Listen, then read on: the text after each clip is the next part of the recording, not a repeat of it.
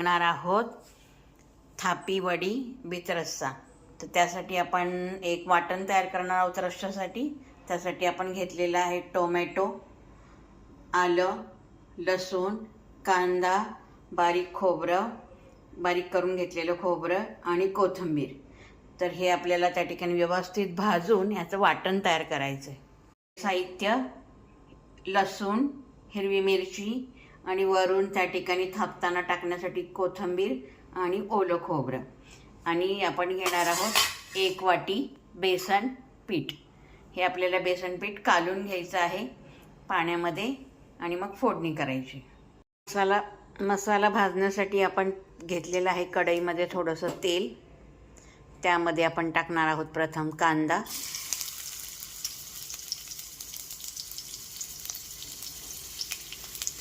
कांदा आपल्याला लालसर रंगावर भाजून घ्यायचा आहे व्यवस्थित.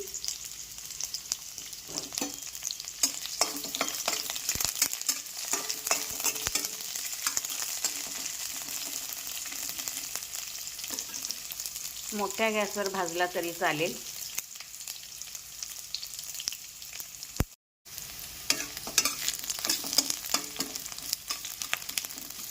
कांदा भाजत आला की त्यामध्ये आपण टाकूया टोमॅटो. एक बारीक कापलेलं टोमॅटो घेतलेला आहे. ते पण व्यवस्थित भाजून घ्यायचं आपल्याला. त्यामध्ये टाकणार आहोत आपण आलं आणि लसूण, कारण ते पण आपण परतून घेणार आहोत आणि बारीक वाटणार आहोत.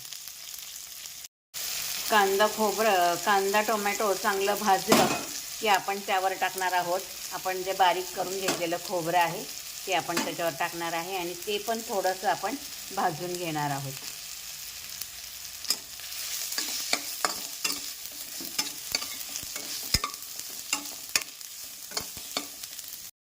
थापी वडीसाठी आपण एका बाउलमध्ये बेसन पीठ घेणार आहोत 1 वाटी.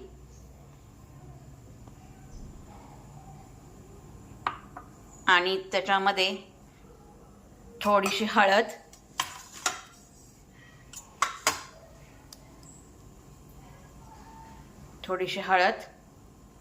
आणि थोडंसं हिंग टाकून, हळद आणि हिंग टाकल्यावर आपल्याला त्यामध्ये टाकायचं आहे थोडंसं मीठ. आणि मग त्याची पातळ अशी स्लरी करून घ्यायची आहे पाणी टाकून.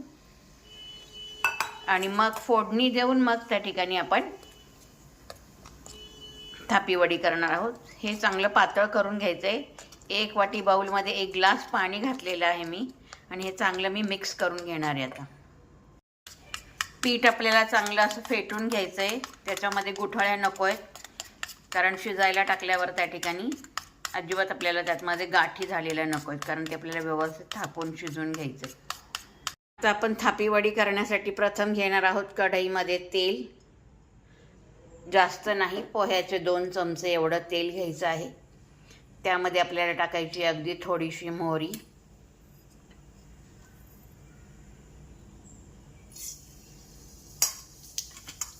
थोडंसं टाकायचं आपल्याला जिरं,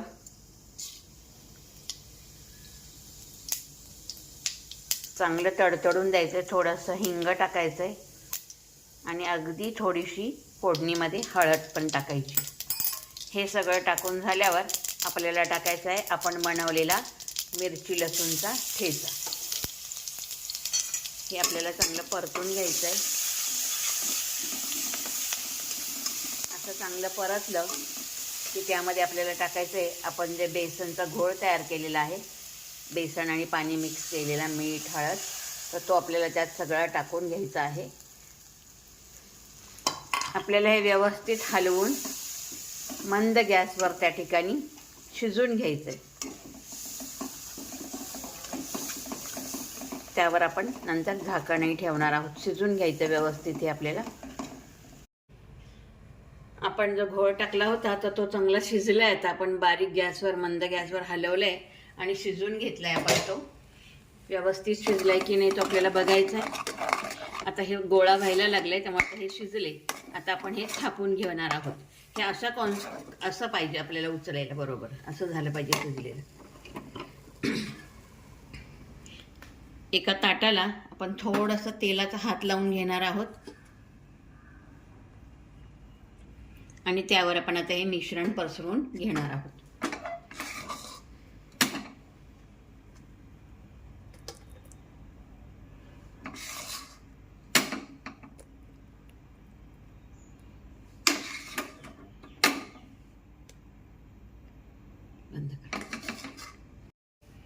आता आपण एक ओला हात घ्यायचा आहे आणि ही वडी त्या ठिकाणी आपल्याला पूर्ण ताटावर त्या ठिकाणी अशी थापून घ्यायची पूर्ण ताटभर. परत आपण बारीक खवलेलं जे खोबरं आहे, ओलं खोबरं आहे हे आणि कोथिंबीर अशी मस्तपैकी त्याला लावून घ्यायची आहे. असं थापून त्याच्यावर ठेवायची आहे आणि मग याच्या आपल्याला आता आपण रस्सा बनवणार आहोत पाटवडीसाठी लागणारा. त्यासाठी आपण घेतलेलं आहे पोह्याचं 2-3 चमचे तेल चांगलं तापून घ्यायचं आहे. तेल तापल्यावर त्यामध्ये अगदी थोडीशी मोहरी टाकायची आहे, थोडंसं जिरं टाकायचं आहे,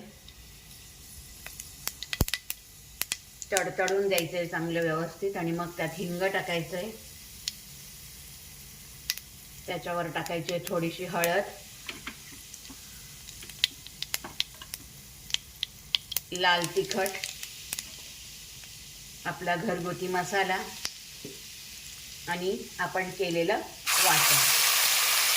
वाटलेलं वाटण टाकल्यानंतर मी माझा स्वतःचा घरी बनवलेला जो मसाला आहे तो पण त्याचा खूप छान सुगंध येतो, तो त्यामध्ये टाकणार आहे. आणि मसाला व्यवस्थित भाजून घ्यायचा आहे आपल्याला. त्यामध्ये आपल्याला आता मीठ टाकायचं आहे.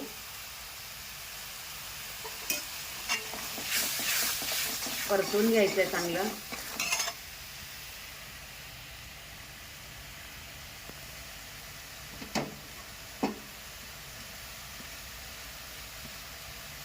त्यामध्ये आपण खोबरं आणि कोथिंबीर टाकणार आहोत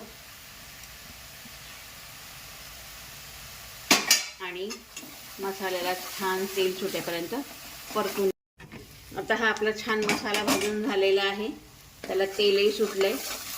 आता आपण यामध्ये त्या ठिकाणी जे आपण थापीवडीचं कढईला लागलेलं जे मिश्रण होतं ते आपण काढून घेतलेलं आहे, तर तो ह्याच्यामध्ये टाकायचा आहे. त्याचबरोबर बाकीचा पण मिक्सर आपण व्यवस्थित धुवून घेतला आणि त्याचंही याच्यामध्ये आपण पाणी टाकलेलं आहे. रश्श्याला छान उकळी आणायची आहे. उकळी आणल्यानंतर त्या ठिकाणी आपण बघत आहोत त्याला मस्त कट वगैरे आलेला आहे आणि छान दाटसर असा रस्सा झालेला आहे. हा वडी आणि त्याच्याबरोबर रस्सा ही खाण्याची पद्धत आहे. आपण ताट करून पुन्हा दाखवणार आहोतच. कट करून घ्यायचे सगळ्या वड्या आणि मग काढून घ्यायच्या.